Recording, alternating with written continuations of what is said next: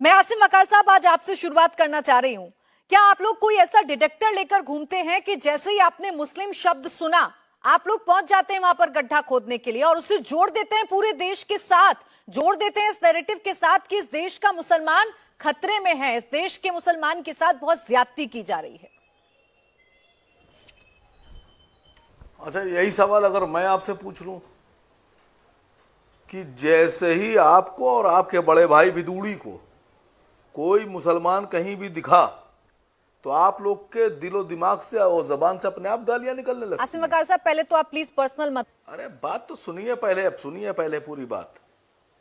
असद साहब ने आपको तो कुछ कहा नहीं है, लोकसभा का जिक्र किया, लोकसभा में ना आप मौजूद हैं ना आपके कोई रिश्तेदार मौजूद हैं। तो अगर मेरी वहां कोई मौजूदगी नहीं है सर, तो क्या मुझे लोकसभा से कोई मतलब नहीं है? क्या देश की संसद से मुझे कोई मतलब नहीं है? कैसी बात कर रहे हैं सर? लोकतंत्र का मंदिर है वो।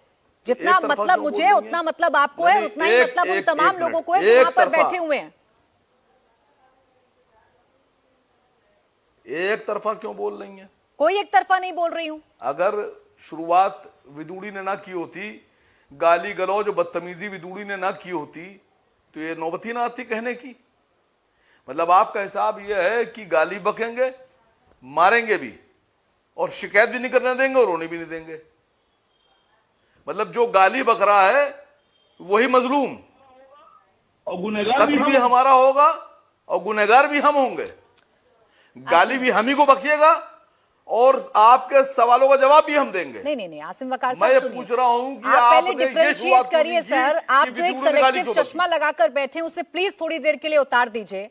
रमेश बिधूड़ी के बयान पर गंभीर सवाल उठते हैं और सर आप इंडिया टीवी देखा करिए, रोज रमेश बिधूड़ी पर हम सवाल खड़े करते हैं, रोज भारतीय जनता पार्टी के प्रवक्ताओं से पूछते हैं कि आप उन पर कार्रवाई क्यों नहीं करते। लेकिन मैं आपसे ये कह रही हूं, आप भारतीय जनता पार्टी से सवाल करिए, आप आरएसएस पर सवाल उठाइए, लेकिन आप तो उसे अंतर्राष्ट्रीय स्तर पर लेकर जा रहे हैं। अरे घर के मसले को पड़ोसी थोड़ी ना सुलझाता है सर, घर वाले ही सुलझाएंगे। भाई आपने काम ही ऐसा किया कि पूरी दुनिया ने देखा, आप उसको निलंबित कर देते, लोकसभा से हटा देते, आपकी ईमानदारी और आपकी सच्चाई सामने आ जाती। मैं तो दानिश अली साहब को मशवरा दे रहा हूं कि जब फिर से लोकसभा भी आएगी विंटर वाली तो उसमें खड़े हो जाएगा, 500 दीजिएगा।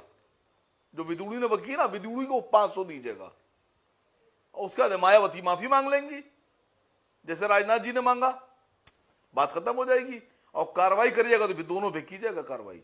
ठीक है आसिम वकार साहब, मैं फिर आपसे वही बात दोहराऊंगी सर, कार्रवाई को लेकर आप सवाल खड़े करिए, लेकिन अगर आप लोकतंत्र के मंदिर में मॉब लिंचिंग जैसे शब्द का इस्तेमाल करेंगे आसिम वकार साहब, तो आपको नहीं लगता कि राजनीति का बहुत निचले स्तर पर हम लोग पहुंच गए? एक निचला स्तर वो जो रमेश बिधूड़ी ने किया, संसद में भाषा की मर्यादा को तार तार कर दिया, और एक ये कि आप संसद को कह रहे हैं कि यहां पर मॉब लिंचिंग हो जाएगी किसी मुसलमान की। आप समझ रहे हैं ऐसा संभव है इस देश में?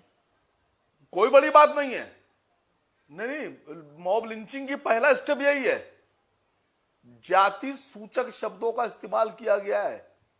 मैं अल्फाज लेना नहीं चाह रहा हूं, मुसलमानों को जिस नाम से पुकारा जाता है वो नाम लिया गया वहां। जो गंदगी, जो पहला स्टेप है लिंचिंग का, पहला गाली बकना, पकड़ पकड़, देख लेंगे, ये वो स्टाइल था, ये फर्स्ट स्टेप था।